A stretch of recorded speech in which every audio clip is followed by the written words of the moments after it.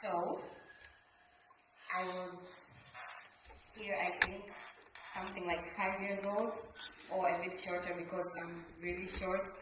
I'm wearing heels today. So I was 5 years old and everyone was asking me this famous question. Who do you want to be when you grow up? And I was 5, but I knew I wanted to be the president of the United Republic of Tanzania. So I'm trying to say that I always knew that I'm going to be a leader someday. I'm going to be at the front line, helping others, leading others, and most of all, cooperating with the people in my society to improve our lives. And I was growing up, I was getting to my 20s, and I was asking myself, are you still the same person that wanted to be the president? So what are you doing right now? How are you going to reach your goals? How are you going to impact people? How are you going to make decisions for them? What are you doing? So I had all these questions in my head. Well, at least until I joined the Niongoze Fellowship. My name is Barbara John Mlata. I'm a student at the Center for Foreign Relations, and I'm pursuing my bachelor's degree in international relations and diplomacy. And I'm proudly a graduate of the Niongoze Fellowship first cohort. So, as I was saying, after I joined the Niongoze training, I was like, thank God I met these people, because all the questions that I was asking myself, how do I get there? How do I start? We had all these sessions on personal and community leadership, about startup organizations, about financial literacy, that showed me the way on how to start and how to proceed with my leadership journey.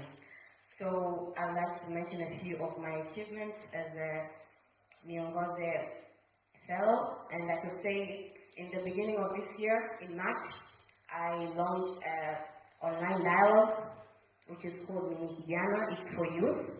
We're there discussing on issues that are relating to us. We talk about mental health, we talk about gender-based violence, we talk about education, we talk about leadership and livelihood, and this is very important for me because I get to hear views from other youth. I get to understand the needs of the youth and the challenges that they are facing, because in my line of work, in my leadership career, I would always want to work with youth because they are the future. Investing in youth is investing in tomorrow. Investing in youth is investing in the future. So Mini Kijana helps me to understand the views and challenges that youth are facing. Also, late June this year, I launched a book drive campaign that is called Nipe Kitabu Nisome, as I am very passionate about education. I believe education transforms people's minds and attitudes towards development. So I had to visit a few schools and ask the teachers what's happening, why are students failing, what can I do, because in Niongoze Fellowship, it's not about what the government is going to do. It's not about what the United Nations is going to do. It's about what are you going to do as a leader. So I try to look at all the challenges that we are facing, the students are facing in the education sector. And for me, I was like, I'm going to help to donate books. I'm going to look for books and I'm going to donate to these schools that are having all these challenges. They do not have desks, they do not have teachers, but I'm going to provide them at least with books that they can use to study in their free time. They can do exercises and maybe have a shot at doing good in their exams and probably excelling in life. So I managed to collect almost 120 books so far, and we're still collecting books for them, and hopefully we're going to donate the books October this year. Lastly, I would not like to leave this stage without thanking the Niongoze Fellowship for giving me the confidence that I have today, especially in public speaking. As I was growing up, I was like, I want to be a good leader, but I also want to be a good public speaker, I mean. So Niongoze Fellowship built me and trained me to have the efficient speaking skills, like the way I'm speaking today, confidently.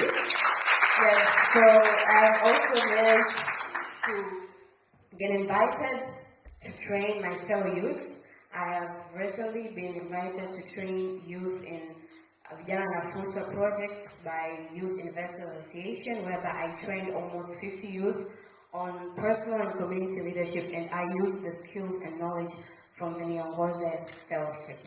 So this is quite a good example of a multiplier effect, because they taught me and I'm out there teaching youth what I know about leadership. So thank you very much, and I would like to end my speech by saying that leadership is not about position or designation, but leadership is about impact, influence, and relevance, and that is what Niongoze Fellowship has made me. Thank you.